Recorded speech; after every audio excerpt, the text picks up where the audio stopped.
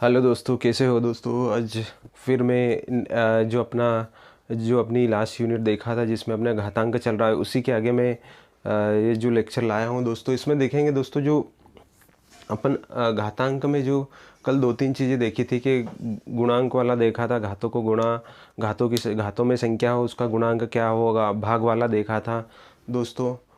उसके बाद देखेंगे दोस्तों, आज जो देख रहे हैं वो क्या है, व्युत्क्रम का नियम। बहुत ही इंपॉर्टेंट है दोस्तों ये व्युत्क्रम का नियम। देखेंगे कि व्युत्क्रम मतलब कि जो व्युत्क्रम का मतलब क्या होता है, बदलना। ठीक है दोस्तों, व्युत्क्रम का मतलब क्या होता है, बदलना। तो इसका देखेंगे अपन यहाँ पे बदल के देखेंगे कि अगर संख्याओं को बदलते हैं तो उनके चिन्ह क्या होते हैं, कैसे कैलकुलेट करते हैं। ठीक है दोस्तों, तो इसमें देखेंगे अपन एग्जाम्पल के पहले अपन उसके फॉर्मूले समझेंगे, उसके बाद उसके एग्जाम्पल भी देखेंगे। ठीक है दोस्तों, तो देखेंगे दोस्तों जो पहला नियम है अपना, पहला नियम है दोस्तों, ये क्या है, व्युत्क्रम का नियम।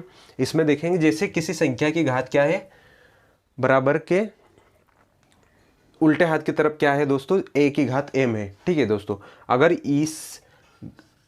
ये जो a की घात m है इसको बराबर के उधर ले जाऊंगा तो क्या हो जाएगा दोस्तों, यहाँ पे क्या हो जाएगा, बटे में चले जाएगी। ठीक है दोस्तों, कहाँ चले जाएगी, ऐसी आपको संख्याएं मिलेगी। जब आप कैलकुलेशन करोगे ना तो वहाँ पे ऐसी संख्याएं आपको पास आएगी, तो वहाँ पे ये फॉर्मूला लगेगा। ठीक है दोस्तों, मतलब क्या होगा कि बराबर के एक साइड से दूसरे साइड में ले जाने पर उनके एक तो चिन्ह बदलते हैं। ठीक है दोस्तों, और कहाँ पर, बटे में चले जाते हैं। जैसे उल्टे हाथ की तरफ संख्या है, इसको बराबर के उधर साइड ले जाएंगे तो कहाँ, बटे में चले जाएगी, और क्या हो जाएगी, घात माइनस में हो जाएगी। क्या हो जाएगी दोस्तों, घातों के चिन्ह बदलते हैं। ठीक है दोस्तों, तो घात किस में हो जाएगी, घात क्या हो जाएगी, माइनस में और बटे में चले जाएगी। ठीक है दोस्तों, दूसरी है, अगर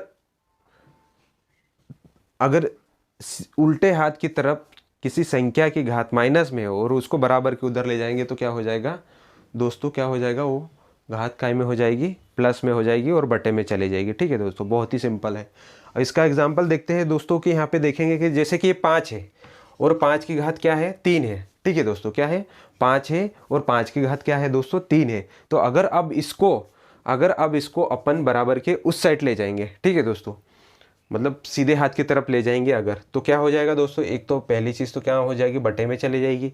और जो घात है, घात का क्या हो जाएगा दोस्तों, क्या हो जाएगा, यहाँ पर चिन्ह बदल जाएगा। क्या होगा, चिन्ह बदल जाएगा। तो क्या हो जाएगा प्यारे दोस्तों, यहाँ पे जैसे कि आप सभी जानते हो, यहाँ क्या हो जाएगा, 5 की घात -3। ठीक है दोस्तों, तो ये हो गया व्युत्क्रम का नियम। अब यहाँ पे देखते हैं, जैसे पहले से अगर क्या हो, घात माइनस में हो, 2 की घात 3 है, वो क्या काय में है, माइनस में।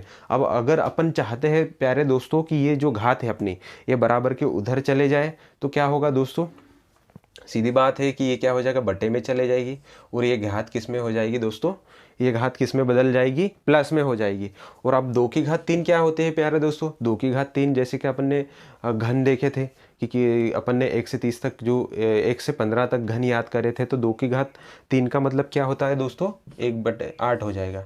क्या हो जाएगा इसका आंसर, ये हो जाएगा आंसर। ठीक है प्यारे दोस्तों, तो एक बार फिर से देखते हैं कि व्युत्क्रम का नियम क्या है दोस्तों, कि कोई संख्या को बराबर से इधर के एक साइड से दूसरी साइड ले जाते हैं तो उसके क्या हो जाते हैं, चिन्ह बदलते हैं। किसके, घातों के चिन्ह बदलते हैं। ठीक है दोस्तों, जैसे कि यहाँ पे घातों के रूप में दिया, क्योंकि अपन घातांक पढ़ रहे हैं तो यहाँ पे घात की बात करेंगे। ठीक है दोस्तों, एक सिंपल ये भी होता है कि जैसे 5 + 6 है, यहाँ पे 0 है। ठीक है दोस्तों, अगर इसको यहाँ बिना घात की संख्या है, ये क्या है, बिना घात की संख्या है। क्या है दोस्तों, यहाँ पे बिना घात वाली संख्या है।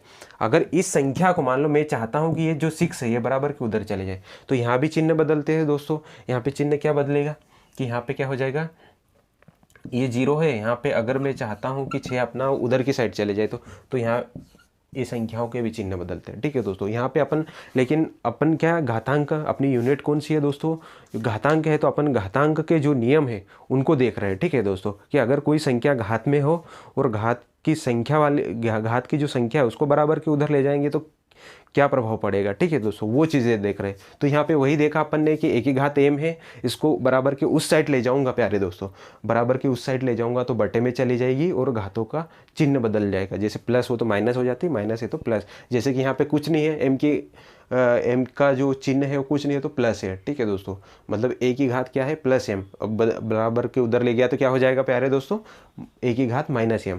वैसे कैसे यहाँ पे देखेंगे कि यहाँ पे क्या है दोस्तों, 1 की घात -n है। अब इसको मैं बराबर के उस साइड ले जाऊंगा तो किस में हो जाएगी, प्लस में चेंज हो जाएगी। ठीक है दोस्तों, एग्जाम्पल देख लिया अपन ने।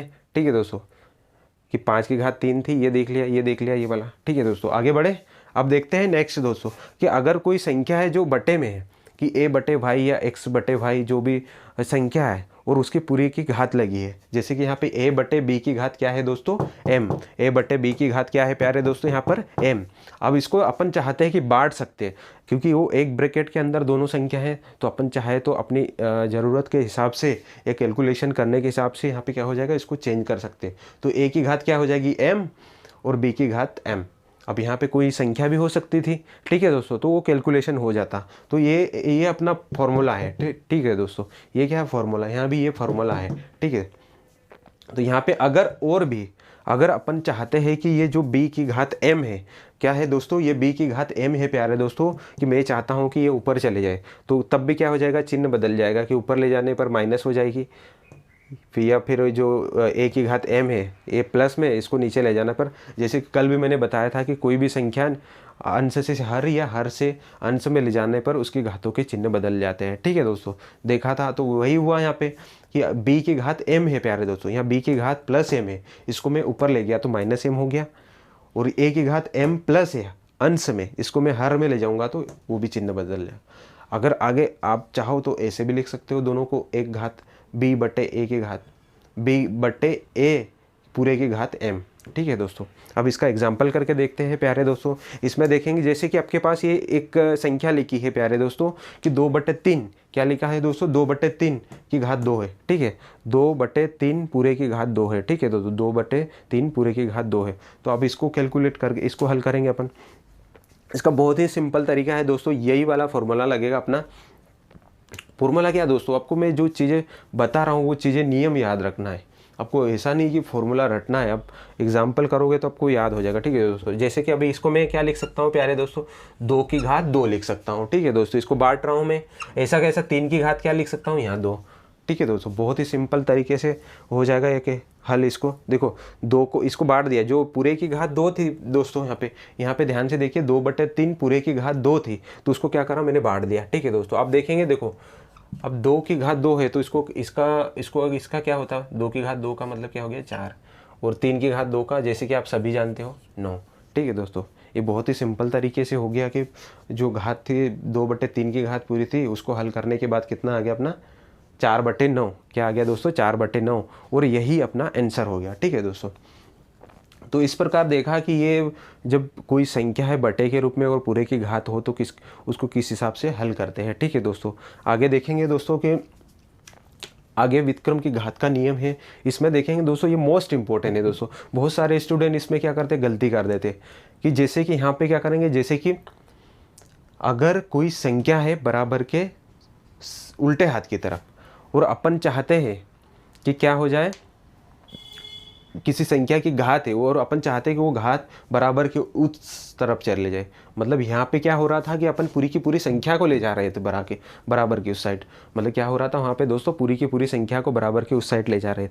लेकिन यहाँ पे सिर्फ और सिर्फ क्या हो रहा, घात को ले जाएंगे यहाँ पे कि जो a की घात n है तो n को अपन ले जाएंगे उस साइड, तो उस टाइम क्या होगा, क्या सिचुएशन होगी उसको देखेंगे, ठीक है दोस्तों।